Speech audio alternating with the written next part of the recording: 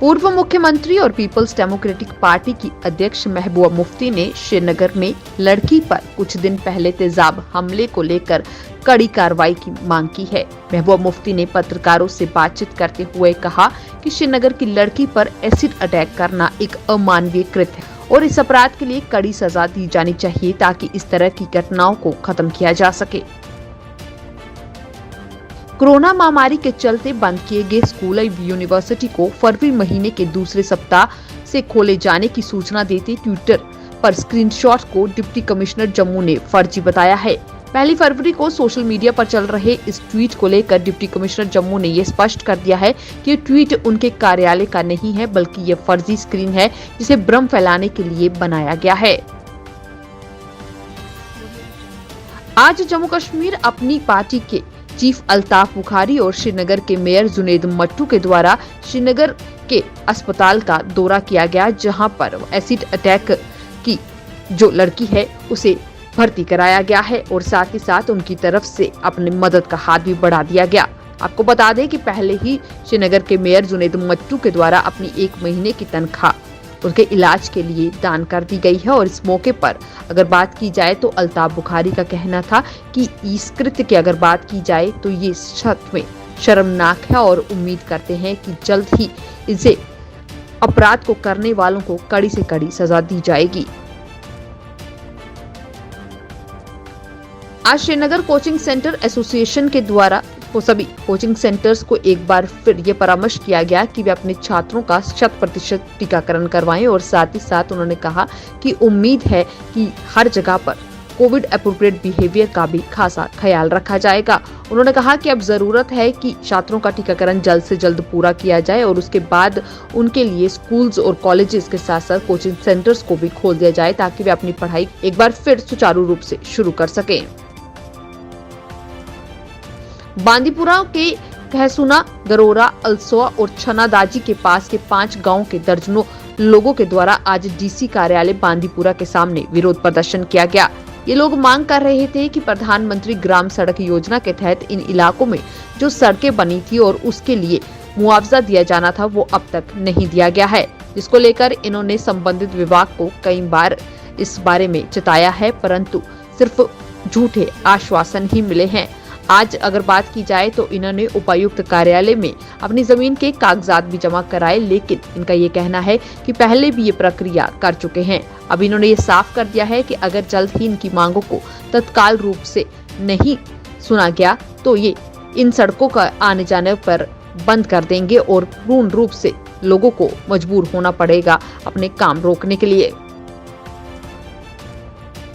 जम्मू कश्मीर में आज मौसम ने अचानक करवट बदल ली है। सुबह से ही जम्मू संभाग में बारिश जारी होने के साथ कश्मीर में बर्फबारी हो रही है। इससे कई इलाकों में यातायात भी प्रभावित हुआ है। उधमपुर, कठुआ, सांबा और राजौरी में लगातार बारिश हो रही है। इससे जनजीवन प्रभावित नजर आ रहा है।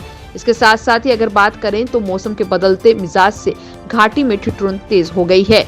खराब मौसम के चलते वैष्णो देवी चौपर सेवा भी प्रभावित हुई। आज जम्मू के त्रिकुटा नगर स्थित बीजेपी कार्यालय में एक ज्वाइनिंग प्रोग्राम का आयोजन किया गया। आपको बता दें कि इसमें किश्तवाड़ के इलाके के कई दिग्गज चेहरों ने बीजेपी का दामन थामा। इस मौके पर अगर बात की जाए तो पार्टी अध्यक्ष रविंदर रैना और उनके साथ साथ ही जम्मू कश्मीर के पूर्व डिप्टी सीएम कविंदर गुप्ता भी मौजूद रहे। उनका साफ तौर पर कहना था कि ये साफ है कि जिस तरीके से लोग बीजेपी का दामन थाम रहे हैं, आने वाले चुनावों में जीत सुनिश्चित है। आज श्रीनगर की प्रेस एनक्लेव में टूरिस्ट ड्राइवर्स के द्वारा एक प्रदर्शन किया गया और ये प्रदर्शन के दौरान इन्होंने एसएसपी ट्रैफिक और आईजी ट्रैफिक से एक गुहार लगाई है। इनका कहना है कि ये लोग अपने रोजगार को लेकर पहले ही चिंतित हैं और अब जिस तरीके से ट्रैफिक पुलिस जगह जगह पर इनको हरास कर रही है, इससे इनकी परेशानियां और बढ़ रही हैं। इन्होंने एसएसपी ट्रैफिक और आईजी ट्रैफिक से गुहार लगाई है कि जल्द ही इनके मामले पर सुनवाई की जाए। आज जम्मू के प्रेस क्लब में लोक अधिकार मिशन जम्मू एंड कश्मीर के प्रेसिडेंट अमर चंद भगत के द्वारा एक प्रेस वार्ता का आयोजन किया गया। इस दौरान इन्होंने आपको बता दें कि एमजी नरेगा के तहत आने वाले उन लोगों का जिक्र किया जो इसमें पिछले कई सालों से काम कर रही हैं। इन्होंने कहा कि इस अगर मुद्दे की बात की जाए तो उसको लेकर कई बार गुहार लगाई गई है और ये लोग जो हैं अपनी मुसीबतों को लेकर कई बार अलग अलग दरवाजे भी खटखटा चुके हैं, परंतु कोई भी इंसाफ जो है वो इन्हें नहीं मिल पाया। आज जम्मू में आम आदमी पार्टी के द्वारा एक प्रेस वार्ता की गई और इस दौरान इनका कहना था कि पीओजे के रिफ्यूजीज की अगर बात की जाए तो 2016 में मोदी सरकार ने इन्हें भरोसा दिया था कि हर परिवार को तकरीबन एक अमाउंट दिया जाएगा जिससे कि ये इनका रोजगार जो है वो अच्छे से चल सकेगा। परंतु अगर बात की जाए तो अब इतने सालों के बीत जाने के बाद भी सिर्फ 20,000 परिवारों को ही ये मुआवजा मिला है और अभी तक तकरीबन 16,000 से अधिक परिवार इस मदद से महरूम है। अब इन्होंने साफ कर दिया है कि अगर जल्द ही ऐसा नहीं किया गया तो ये कोविड और बाकी सब चीजों को भूलते हुए प्रदर्शन करने के लिए सड़कों पर उतरेंगे। कोरोना के दौरान आर्थिक तंगी का शिकार हुए ट्रांसपोर्टर्स को सरकार ने यात्री कर में 50% तक की छूट दे दी है। सरकार ने ये छूट 1 अप्रैल 2020 से लेकर 31 मार्च 2000 तक दी है, लेकिन जिन ट्रांसपोर्ट्स ने इस अवधि के यात्री कर का भुगतान कर दिया है उनकी अतिरिक्त राशि को 1 अप्रैल 2021 से लेकर 31 मार्च 2022 तक की अवधि में समायोजित किया जाएगा।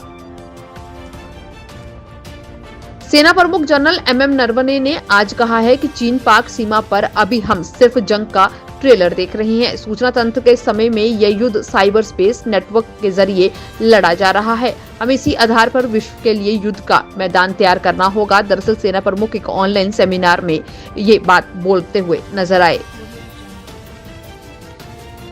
कांग्रेस सांसद राहुल गांधी ने भी दूसरे बजट पर अपनी प्रतिक्रिया देते हुए इसे काले को गोरा बनाने वाली क्रीम करार दिया है। संसद भवन में राफेल लड़ाकू विमान का मुद्दा उठाकर उन्होंने चौकीदार चोर है का सीधा आरोप लगा दिया और इस बार राष्ट्रपति के अभिभाषण पर धन्यवाद प्रस्ताव में भाग लेते हुए उन्होंने कहा कि महामहिम आपकी सरकार झूठ बोल रही है।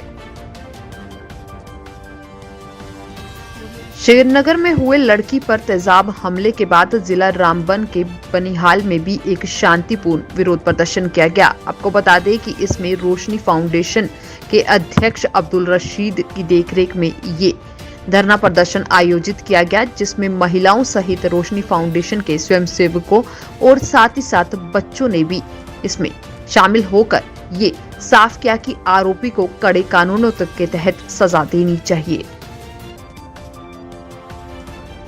बनिहाल के पंचायत डोलीगाम का एक गरीब परिवार लगातार आरडीडी ऑफिसर्स के साथ जो है गुहार लगाता हुआ नजर आ रहा है और इसके साथ साथ ही पंचायत से भी गुहार लगाई जा रही है, क्योंकि जिस तरीके से अगर बात करें पीएमएवाई के तहत जो मकान बनाए जाते हैं उसको लेकर ये भी मांग कर रहे हैं, परंतु हर बार इनको जो है सिर्फ आनाकानी मिली है और इस बार अगर बात करें तो सर्दियों में इन्हें काफी ज्यादा मुश्किलों को झेलना पड़ रहा है।